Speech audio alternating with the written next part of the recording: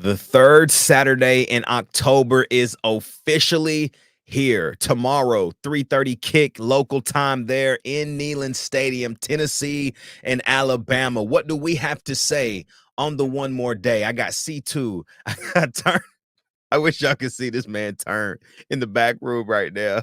But y'all don't understand. We fired up and we are ready for Tennessee and Alabama. What do we want to see? I got C2. I got Turn with me. It's your boy Ruck in the building, man. It's straight up Tennessee, baby. Get ready. We got vol shots, pump the gas, hit the brakes. Final score predictions, keys to victory. We got college football pick'ems as well. It's a loaded Friday on Straight Up Tennessee, but you already know what it is, baby. It's Straight Up Tennessee on a Friday. Let's get it rolling, man. Let's ride. First play, second quarter, touchdown Tennessee. That throw's intercepted. Pierce down the sideline. Touchdown.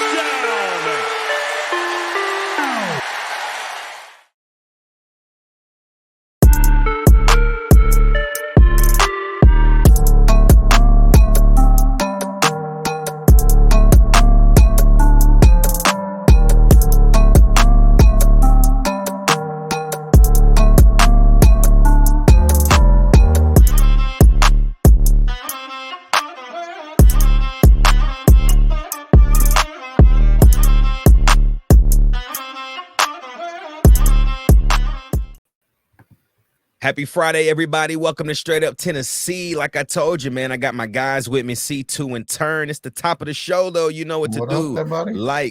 Like, comment, subscribe, hit that bell notification right now, man, so you never miss an episode. Still cruising to over 1K, man. It's time to go ahead and get to 1,100. Let's get there before Georgia, man. That's kind of the goal. So let's keep cooking, man. Thank y'all so much for the love on Spotify and Apple Podcast. Man, it's been wild over there. Starting to see some different sponsors and some different things showing up over there as well, man. So y'all just keep liking, keep commenting, keep doing what you're doing, man. It's helping the channel. As long as you are rocking with us, y'all know we're gonna keep rocking with y'all. What's happening, boys? C2, how's your week been, Brody? Man, it's been good. Been a little busy, but I'm on vacation next week, so that's fine. Ooh. Shout out. Turn, what's up with it, bro? What's up, my boys? What's up, my boys? We're feeling good. We're feeling good on the day before. Friday, man. Friday, third Saturday in October. C2, you wasn't with us on Monday's live, man. Monday was ferocious in the chat. Steven got a warm welcome saying that he kisses his sisters and all of these things. And so everybody was locked in. And I think everybody is so locked in because of what we saw that we just didn't hit on in the second half against Florida. How do you feel now, Friday, day before another massive matchup, another rivalry? I don't know if we've ever had Florida and Bama back-to-back like this in Neyland Stadium. You know, how you feeling on a Friday, man? I'm feeling good, a little worried considering, from all reports that I've heard, Neyland isn't that loud apparently. So we'll see how that goes going into the game. But yeah, I feel good going into the game. Turn, how you feeling on Friday, man? I know we was locked in Monday, but you know, you've been feeling a little froggy since about Wednesday, boy. I have, man. I can't wait to tell my final score prediction. That's all I'm gonna say. Oh gosh. See, I like this energy, y'all. I like this energy. But man, hey, shout out to my man Stephen Cawley, though, man, for hopping on the live on Monday for our Who is Alabama. Just gave us a great breakdown. Just let us know how Alabama truly is making their fan base feel with the inconsistencies on defense, the lack thereof of explosive plays the last few weeks for them on the offensive side of the football. The way that he just broke down some things and explained why, you know, this Alabama defense may be even more susceptible than they were in 22 when Jalen Hyatt had the game of his career. You know, so much so that I was going through a couple of things, just trying to figure out more, man, what's going on with Alabama's defense. Check this out. I found this. It says that Alabama's defense has given up its most yards per game since 1998. All of Alabama's next 3 games are against top 50 offenses. that has to make you feel good even while we've been struggling. You know what I'm saying? And Turn, you and I talked about this a little bit earlier in the week. This feels like it's about to be that game. Like it feels like it's the game that things start to click. And I'm interested to hear why you might think that, and tell the people on the Straight Up Tennessee fam like why you might think this is the week. Talking to me? Yep. Man, I think we kind of talked about it. We've talked about it during the week, just me and you and stuff. Like, I mean, you go back and it's kind of funny. We've both done this. I was literally laying in bed last night and I watched the second half of the the Florida Tennessee game. I've watched it like 5 times. I Yep. never do that. I might watch like the condensed game like one time. You know what I mean? Yeah. But I don't go back and watch it like it was because man, it's just something different. Like we could talk about it today. Like when you're in Neyland Stadium in a game like that, I mean, I told you today, I forgot half those plays. When you get so locked in, it's like I don't even remember that play, but Yep. there it is. And man, there's so many. I don't know. I think Josh Heupel finally was like, okay, this is what I got to do. We start rolling Nico, start getting him a little more comfortable, and bro, we hit those 3 deep balls. If they're caught, we're not sitting here like, oh, we're worried, and you don't have everybody saying like, oh man, I don't know if Tennessee can do this because Nico's stat line goes from 169 yards to 280 with 2 tutties, and He we left about 106, 115 yards on the field. Excuse yeah, me. and we win that game. I really don't think they score again. What 24-10, It probably would have been more like 31-10. 31-10, and everybody's like, oh, okay, hey, Tennessee might have it figured out. But I think and you hear Josh Heupel say it, and all the teams say it. The scheme is not the problem. If you want to be honest, if you go back and look, Josh Heupel's scheming guys open. No offense, but Nico ain't hit him yet, and I think Nico's going to get that confidence this week. And I'm saying this because I think it's now or never, really. But I think we click this week, and when we do have that clicking moment, It's lights out. it's lights out. I mean, there's the sky's the limit if we start clicking on all cylinders. C2, how you feeling, man? Do you think this is the week that it's going to, or are you leaning more on the side of it has to? Both, honestly. A little different though on why I think it's going to. I think the reason that it's going to is that there were a few times in the Florida game where Josh Heupel really challenged his offense late in the game and said, look, I'm not going to play this safe. It's time for y'all to nut up or shut up. Go win this game or lose it. The bottom line, offensive line, you're going to block. We're going to go into overtime and score this touchdown, or we're going to lose the game. And it's going to be on you, whichever way that goes. And I know we started the 25 on the overtime drive, right? So it's not like it was an 80-yard drive, but that drive was the most complete this team has looked on offense, not playing an FCS school, including when we played NC State. That was the most complete this team has looked on offense. Yeah. So I think carrying that confidence into the week, into practice, knowing that it was a close call in a game that honestly, if Florida was better on offense, we probably still would have lost.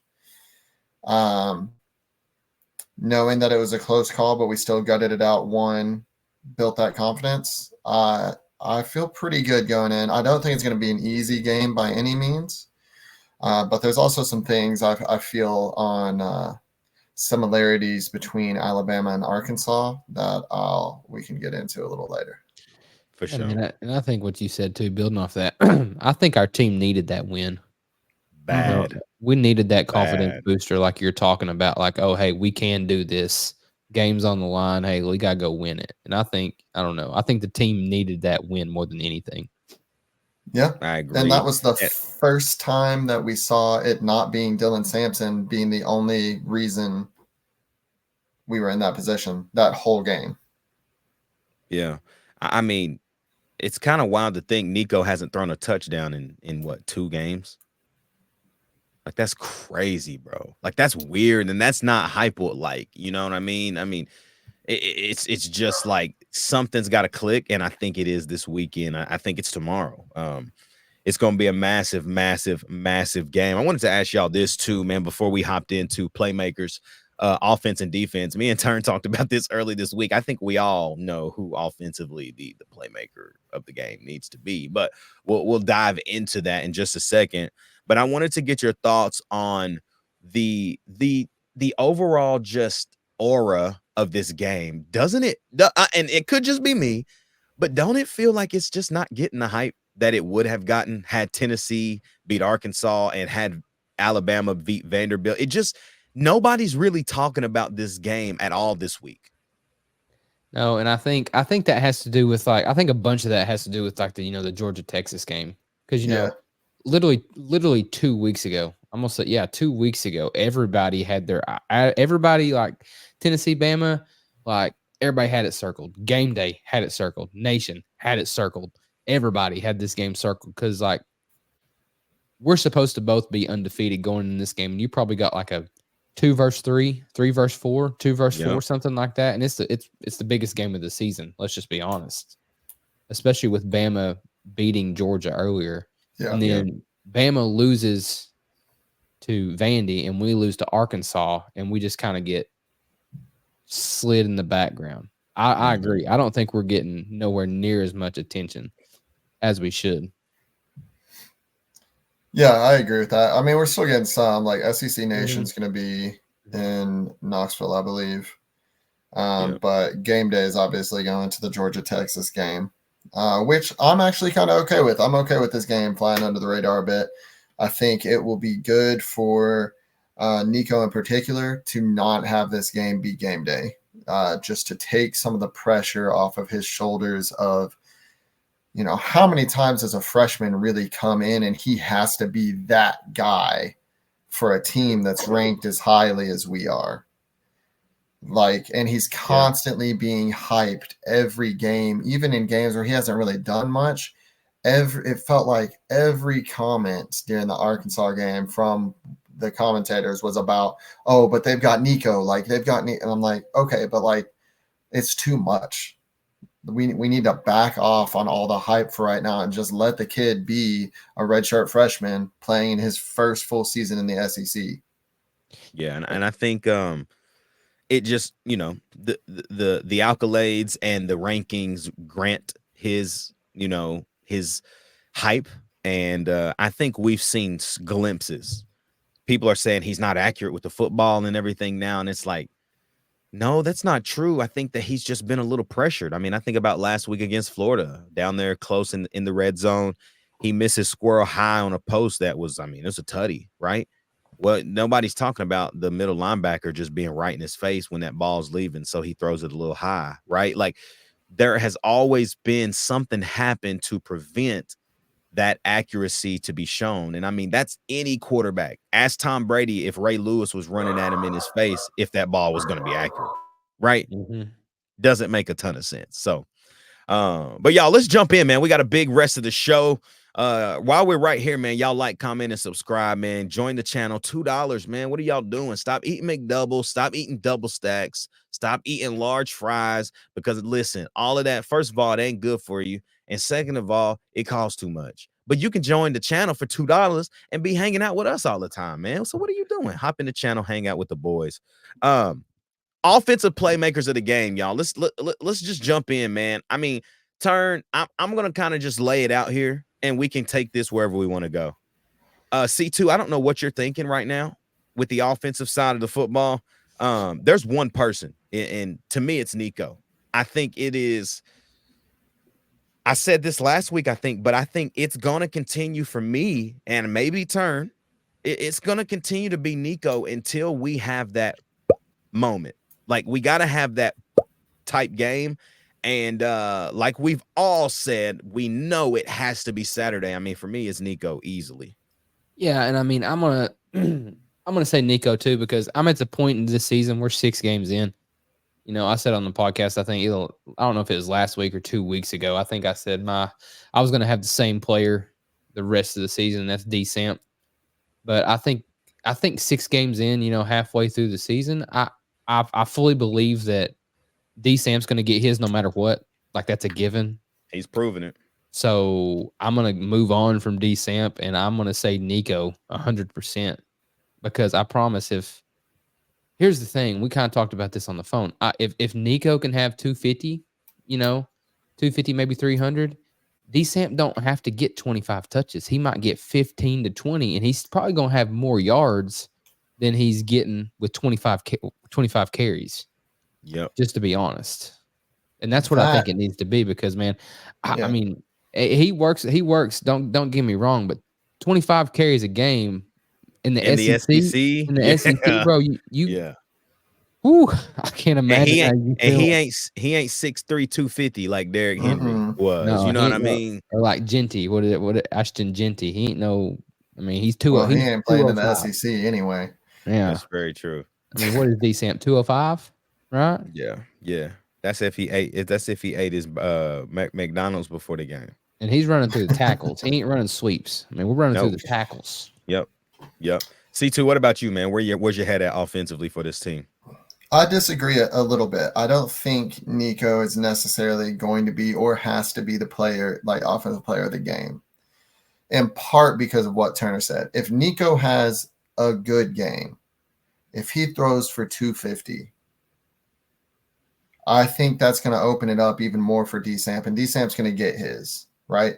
So I still think, and when we're looking at like who the like player of the game is, like if we're looking purely at like stats and touchdowns, I think it's still probably going to be D Samp, but I do think Nico has a much better game than he has the past couple weeks.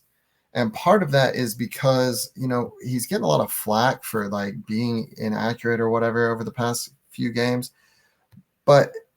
And yes, I know this isn't like Heisman numbers, but he's still averaging 60% completion rate. Yes, those deep balls haven't quite been accurate, but it's not like he's been out here throwing like 4 interceptions and hovering around 50% completion rating. Right. Like he's looked better than most of like when you think of Tennessee quarterbacks, he's looked better than most of them have in their first season starting. Absolutely. I mean, they broke it down. I saw a graph basically of like Clausen, Manning, Martin, and Nico in their freshman years or something. I can't remember. Maybe I'm missing one or whatever. And Nico was statistically better than all of them. Mm-hmm. And that's why it's just like, guys, we put him on a pedestal. Honestly, NIL has put Nico on a pedestal, sadly. The $8 million man, right? And the money is what's playing into fans' reactions. It's just weird. It's like, man, let the kid play football at the end of the day. And we can move on. I think it too is one of those things to where it's like, Nico is a true redshirt freshman, right? Yep. Like think of all the quarterbacks that are studs in the league or have been studs in the league. Now, don't get me wrong. You have those certain freaks. Like you've got like the Bryce Youngs. You've got the he's trash right now. Yeah, you've got the Jaden Daniels that are just coming there and they're just freak athletes in college, right? Yeah. But think about the people who have actually like that you hear about. Like I'm thinking about like Bo Nix, Hendon Hooker, like Michael Penix Jr. Them suckers are 24 years old. Yeah. Like they played college football for 5 or 6 years. Mm-hmm. Yep. This dude is 19 years old. He started 7 college football games. Like, let him be a freshman. Play. Yeah. Just let him play, man. Make mistakes, learn, and grow. Like, chill. I'm cool with it. Defensively, boys, who do y'all think? C2, let's go to you first. Defensively, man, who has to be that playmaker of the game for the Vols? I think it's got to be our edge, James Pierce. It's got to be the guys who are on the edge of our line. And this is kind of diving in. And it's got to be Jamad, because it's very much almost the same team as the Arkansas team we face. Now, don't get me wrong. Alabama has been better offensively over the course of this season than Arkansas has over the course of their season. But for that game, Arkansas's offense played about as well as they could have compared to how they've played all year. And that's about what Alabama's been doing all year. They have a quarterback who's as accurate as Green was in that game. He can also run a bit. And they have one absolute stud at wide receiver that we have to shut down. And our defense did that for the vast majority of that Arkansas game. The vast majority. If we can do that same thing going into this Alabama game and our offense continues their growth and upward trajectory, because we saw growth from Arkansas to Florida. People who are saying we look just as bad against Florida as we did against Arkansas offensively must have had their eyes closed when they were watching the game. Maybe in the first half, I would agree with you, but second half, no way. No, not even close. If we continue progressing, our offensive line plays like I know they can play because we saw it at the end of that game. Mm-hmm. I think our defense is going to be even better than they were against Arkansas because they're going to have more rest. Mm-hmm. Yeah. You know, I'm going to take a second turn. I struggled with this literally all week. I started thinking about defensively who I wanted to go with on Wednesday. And we're here on Friday, and I can't get the linebackers out of my head, man. I've just without Keenan Pili, who's got the green dot communication? I mean, is it Arion? Is it Jeremiah? Which one of them has it?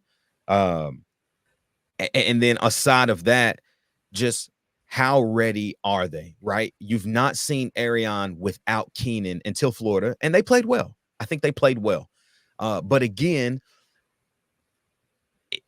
This is Alabama, and it's different, and they're better. They're better than the Florida team we played. And so for me, I just couldn't get the linebackers out of my head. I understand, like, we need the DBs. We need everybody.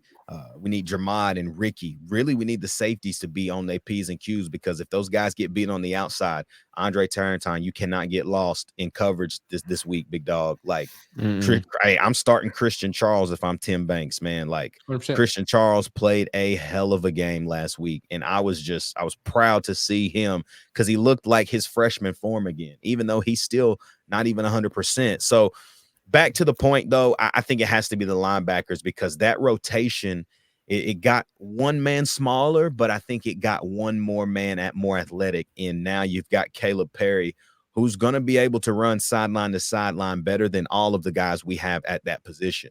Is he your designated spy when he's on the field? I don't know. But I think defensively, it's that linebacker crew this week for sure. I'm gonna say linebacker crew as well. That's what I was gonna say. It's hard to name just one backer, because I don't know who the backer.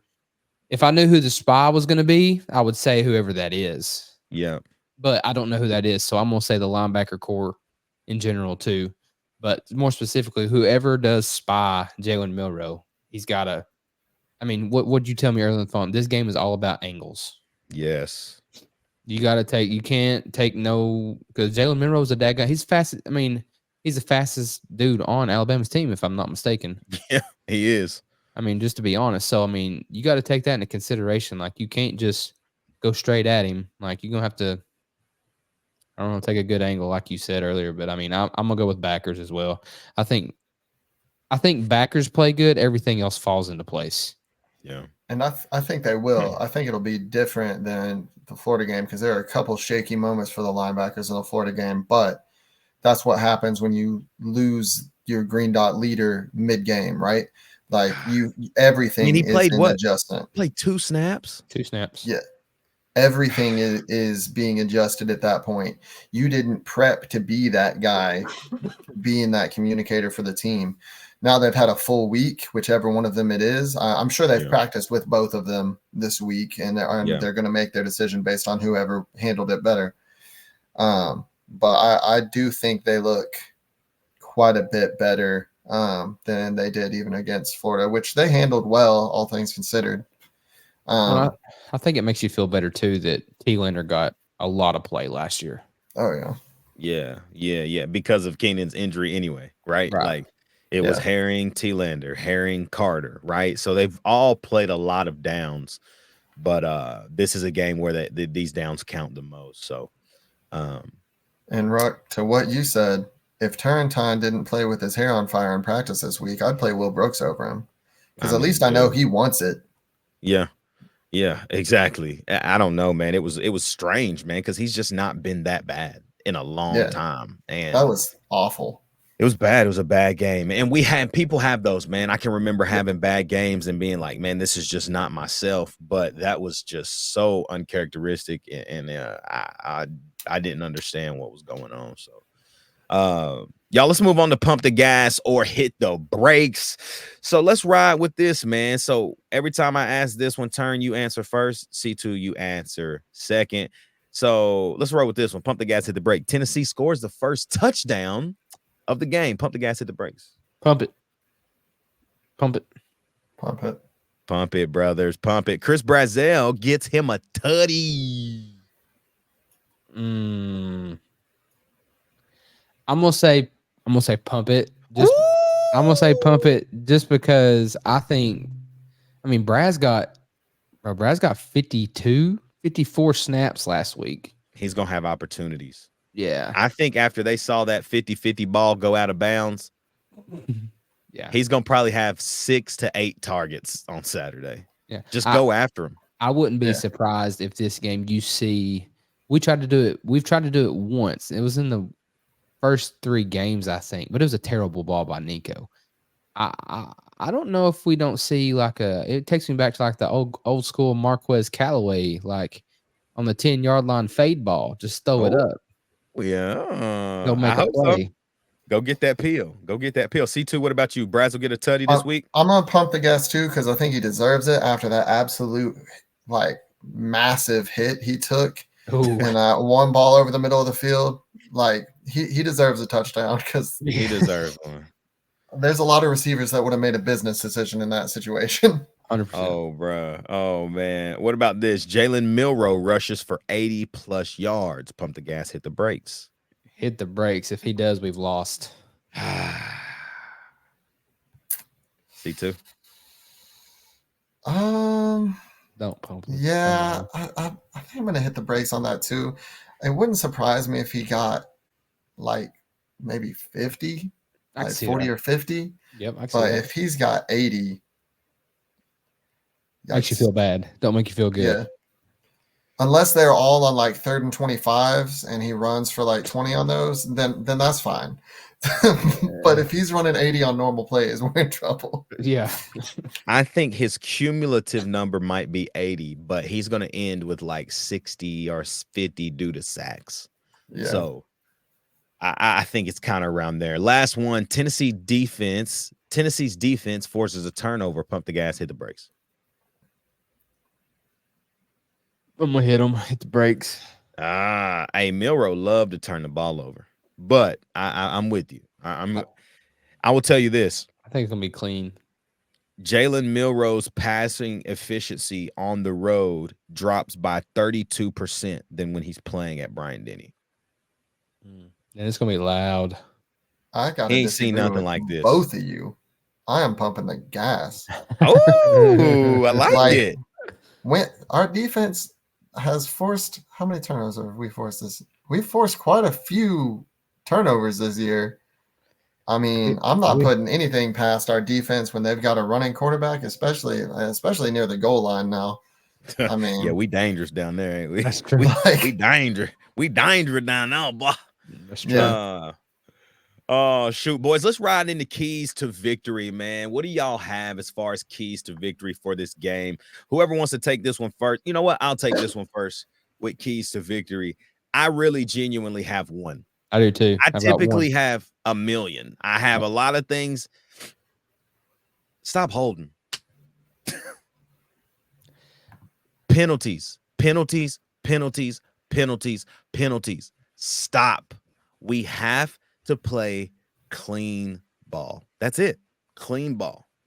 That was mine. Clean football. You hear something crazy? I heard this stat today. It was on some podcast. I can't remember what podcast it was, but Bama is ranked in the 112 or something like that in penalties in college football. we're not far behind. We're like in the 80s, but Bama is in the 110s. So they're just not very disciplined, is what you're saying. Correct. Well, I mean, we're in the 80s, so I mean, we're not far behind them. But I feel like we're playing behind the sticks, or every time I just want Nico to get one good scramble without John Campbell holding, please. Every time. Number 74, holding. God almighty. I'm like, dude, come on. Please. But clean football is mine. 100% with you. Clean football. What you guys see? Overall, clean football, especially if he's already passed you, don't grab the guy's jersey. I promise you, he can outrun that defensive lineman. It's going to be all right. Let him go. Hey, real quick before you keep going, on D Samp's run on 4th and 1, the first touchdown that we scored against Florida, boy, how in the world they didn't call holding stays for holding, I don't know. But that man had the Florida defensive back in a chokehold, boy. Talking about, bro, I was like, yo, I'm watching this back like, okay, like, okay, all right. But anyways, and that's what I was trying to tell somebody who was trying to say the referees handed Tennessee that game against Florida. Like, referees were bad in that game on both sides. Our defensive line lined up off sides so many dang times where you could not see the ball because their whole shoulders were blocking the ball. Hanging over like, the line. How they don't? There's the most blatant block in the back on that punt that they returned for like 30 yards. It happened like at the ref's feet, and he just let it. The referees in that game were terrible. Sorry. Clean football. Offensive line, block some damn body. Like, no more of this church greeter crap on the edge. Like, put them in the dirt. Please. Like, if you're gonna do church, like Lecrae in the dirt. Like, that's what we need to have happen on the edge, man. Squeeze it till it hurt. Yeah, exactly. But don't grab. Please. And lastly, offensively, frustrate them. Turn brought it up. They are not disciplined. I really, really, really just want to see that kid from the Vandy game kick another football in the middle of 6 refs for no reason. Like, Malachi Moore. Yes, frustrate them to no end, and they will commit penalties. Honestly, you don't really even have to go that far to get them to commit penalties. But the further you go, the dumber crap they're going to do. And I will love every second of it. Oh, y'all, man, we turning the corner on the one more day, man. Before we hop into Vol shots and then we get into our pick'ems, I wanted to see if y'all saw this on Instagram. I think it was like Wednesday, Thursday. Somebody from the Rocky Top recruiting page posted something that Desi Vol on the general quarters from VolQuest posted. Have y'all seen this? I read that, yeah. So this is intense. This is not straight up Tennessee content, but I want to bring it to you. I have to say that because YouTube will flag us. So, but check this out. This is kind of flown under the radar with why we've struggled. But listen. So here's what it says. It says, this is the number of times in the last 10 games going back to 2023 that a handful of SEC teams, for a handful of SEC teams that an offensive ball penalty like holding, illegal man downfield, offensive pass interference, you name it, was called against their opponents. Texas A&M was number 1, 25, LSU 24, Ole Miss 20, Texas 19, Georgia 15, Alabama 15, Tennessee 6. Going back to 2023, the last 10 games against Power 4 opponents, Tennessee's opposition, this is Bama, Kentucky, Missouri, Georgia, Vanderbilt, Iowa, NC State, Oklahoma, Arkansas, and Florida. There have been 2 holding penalties called against those teams' offenses when they've played against Tennessee's defense. That's 40 quarters of football. 2 penalties enforced against those teams. 1 against Georgia and 1 against NC State. In our first 3 SEC games this year, not once has the opposing team been called for a hold. They say you can find holding on every play if you look for it, but SEC officials apparently go blind when it gets to officiate the Tennessee Volunteers. Personally, I find it very difficult to believe that we've only been held twice in the last 10 Power 5 games. Shoot, I can show you twice in the last 10 games that Florida was on offense. Bro, that when I read that, that's Wow. crazy. Yeah. That's wild. That is wild. And it's true, bro. I feel like anytime an offense has the ball on Tennessee, they just operate. They just move the ball, or they, we get a sack or something that we are able to stop the drive. But man, they never are shooting themselves in the foot unless it's like maybe a false start. But a False hold, starts, yeah. I ain't never seen a hold, bro. Never. Mm-mm. I thought that Not was at all. interesting. Shout out to Desi Vol, man. Shout out to Desi Vol for that. Let's ride with Vol shots, boys. Turn, you got a few. I'm gonna run these real quick though. And this is they're probably kind of overlapping each other a little bit, but are we taking the spread? It's right now. It's -3 Bama. No, opposite direction. No, Is not. it? No, I'm saying no. Oh, I'm you're not taking saying the you're spread, saying no. You're opposite saying direction. -3 Vols. Yeah. Okay. Yeah. Okay. Yep, I'm with you. No. Over under still 56.5. What we doing? No, or under. Over. I'm gonna say over too. I don't know why I'm feeling froggy. I'm feeling really froggy right now. I'm gonna change mine to under. I think my score is still under, but I don't know. I'm not confident in my score at all. But Tennessee's offense, does a light bulb turn on? Yes, no. Yes. Yes. Yes, sir. Yes, sir. Bonus question here. Nico has a rushing touchdown. That one's tough. It's time. I hear Josh Heupel say it's time. I mean, how many do you have for Iowa? 3? 3 of them. Rushing 3 of touchdown. them things. I'm gonna say no. I'm also gonna say no. I'm saying yes, bro. I'm saying yes, bro. We gonna roll him out, bro. It's gonna be a speed option, but he gonna pull it, and we getting in that zone, bro. Nico get a Russian tutty, game over with. I'm trying to tell you, we turning up. I just think in the red zone, if we got the ball inside the 5 or like on We're the 10 just or giving something, it. We're giving it. Just to give Sam. it to D-Sam. we're gonna give it to D-Sam 4 times in a row. I'm sorry. We're gonna come out with that full house look and just run it. What's crazy about that is like we're running in that. Like when we come out in that, we're running it and you can't stop it. Yeah, I mean, there's no. But what'd you say? I wouldn't be surprised if you see that in this week. We got a little tight end just running naked across the middle of the field. Little dump on like a 4th and 1 or like a 3rd and 1. Little dump, boy. Little dump. Tom. Turn. What was those other ones, bro? Throw them at us. Okay, Nico.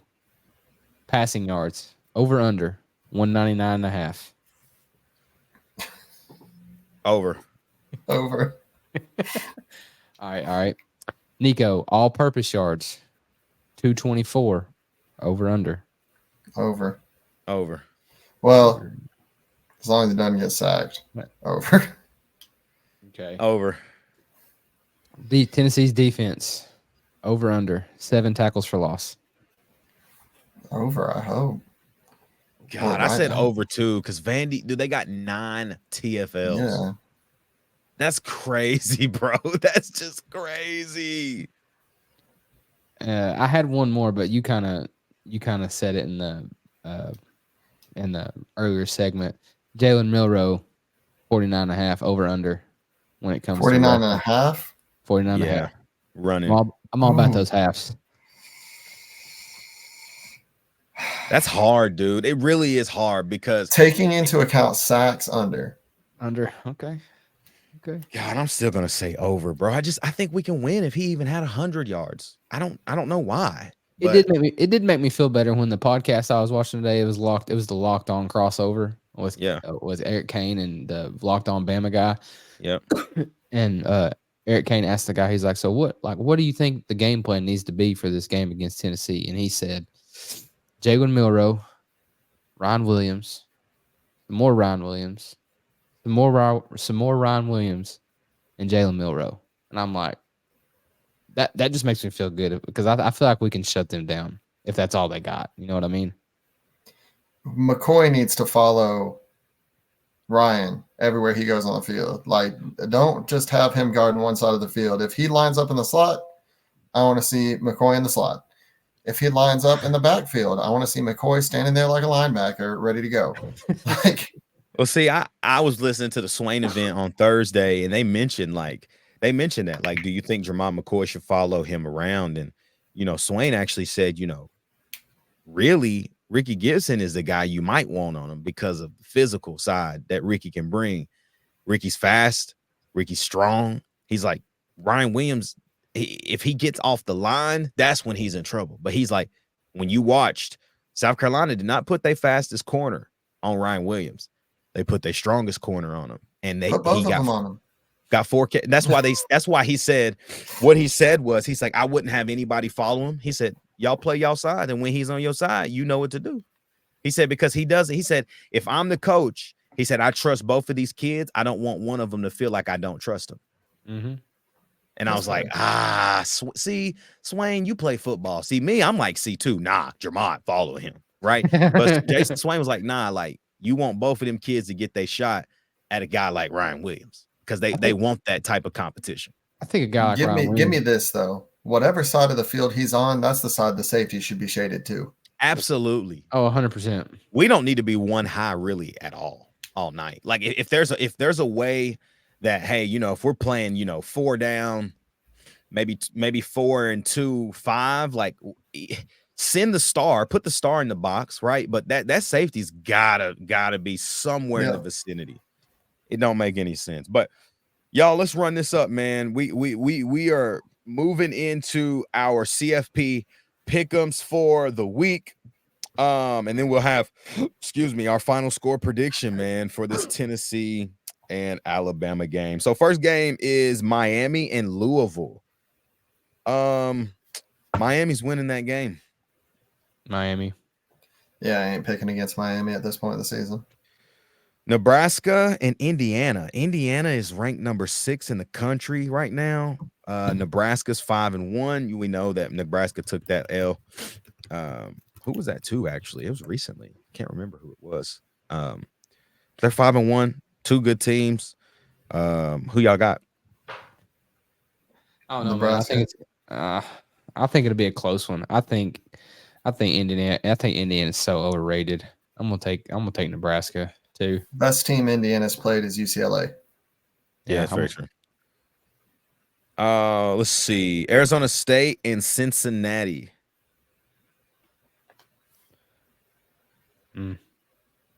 Arizona State. Same. Yep, I took State as well. The Louisiana Raging Cajuns and the Coastal Carolina Chanticleers. Who we got? Give me Coastal. I also went with Coastal. I've been back and forth on this game all week. I have too. I had to go with Louisiana only just because, dude, it is so hard to stop their air raid. I know Coastal is known for theirs as well. They're kind of like West Coast pro style type offense, but man, that Louisiana is crazy. Let's go to Michigan and Illinois. I'm gonna say Illinois. I do not think Michigan is very good. They suck. I'm going Illinois as well. I'm in Illinois because I think it's funny. Baylor and Texas Tech. Baylor's terrible. They're just so bad. If Texas Tech doesn't win this game, there's something wrong. God, they suck. This is a massive matchup. We got 2 back-to-back matchups that, I mean, goodness gracious. LSU and Arkansas. LSU traveling to Arkansas. I'm going to pick Arkansas.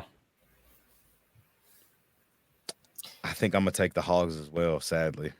I went Arkansas because I think LSU is going to have a hangover game after coming back and beating Ole Miss. Yeah. Massive matchup, 6:30, 7:30 local, or 6:30 local time, 7:30 Eastern, man. Georgia, Texas, down there in Austin, man. What a game. Who you boys taking? I'll tell you now, I'm taking Georgia. I think there will be no undefeated SEC teams after this weekend. God, so tough, man. At Texas. This is the best team Texas has played all year. Oh, by far. I mean, man, it's so tough because, I mean, I said Georgia. I'm gonna pick Georgia. I think Carson Beck might be in the freaking Heisman watch after this game. He's gonna have about 5. He's gonna have to have about 450, 500 to win this game. I picked Texas. Georgia hasn't impressed me all that much. Yeah.